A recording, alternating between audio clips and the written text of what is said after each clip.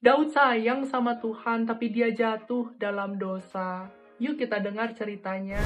Halo adik-adik, welcome to Blessing for Kids. Hari ini kita mau belajar kisah dari Raja Daud. Tapi sebelum kita mulai, kita mau berdoa terlebih dahulu ya. Mari kita berdoa. Tuhan Yesus, terima kasih untuk hari ini. Kalau kami boleh bangun di pagi hari, kalau sebentar kami mau mendengar kebenaran firman-Mu, tolong kami ya Tuhan, supaya kami dapat mengerti dan dapat melakukan firman-Mu. Terima kasih ya Tuhan, di dalam nama Yesus kami telah berdoa dan mengucap syukur. Haleluya, amin. Nah, adik-adik, hari ini kita mau belajar kisah firman Tuhan dari seorang raja, namanya adalah Raja Daud. Ya, Daud ini adalah seseorang yang pernah mengalahkan raksasa Goliat. Nah, setelah Daud mengalahkan raksasa Goliat, Daud pun menjadi raja atas Israel, adik-adik. Dan waktu itu adik-adik, bangsa Israel sedang pergi berperang. Namun Daud tidak ikut pergi berperang. Dia justru berada di istananya yang ada di Yerusalem. Nah, ini istananya dari Raja Daud nih. Tada! Nah, ini istananya nih. Bagus gak?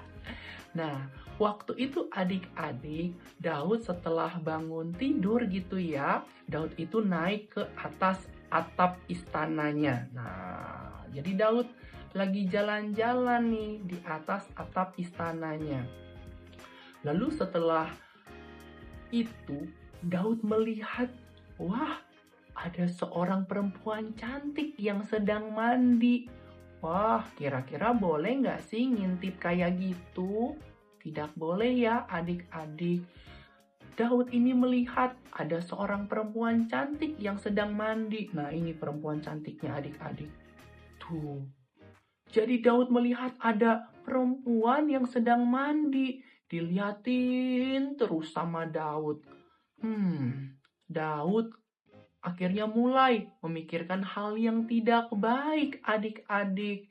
Daud pun akhirnya meminta kepada seseorang untuk menanyakan siapa nama perempuan itu. Dan akhirnya Daud mengetahui bahwa ternyata perempuan itu bernama Batsheba. Jadi perempuan ini namanya Batsheba adik-adik. Batsheba ini sudah punya suami, namanya adalah Uria. Nah, ini adalah suami dari Batsheba.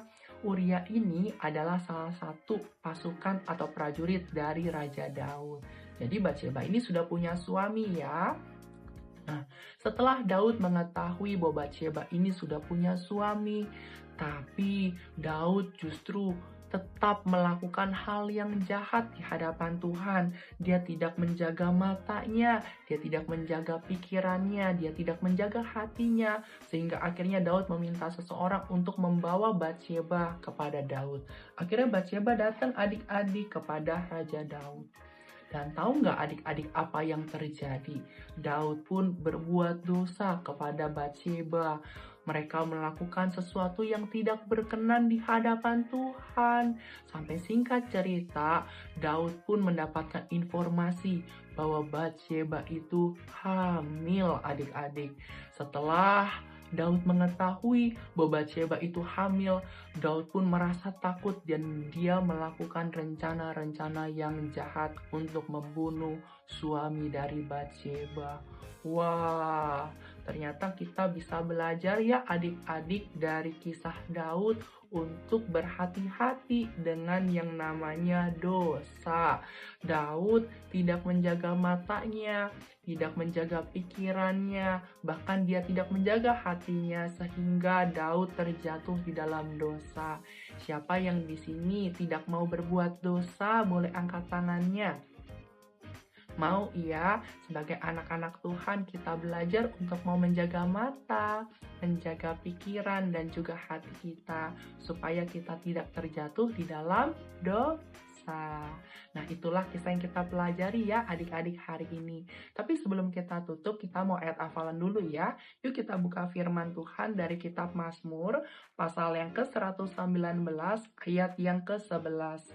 Kitab Mazmur, pasal yang ke-119, ayat yang ke-11. Kak Marshall bacakan ya.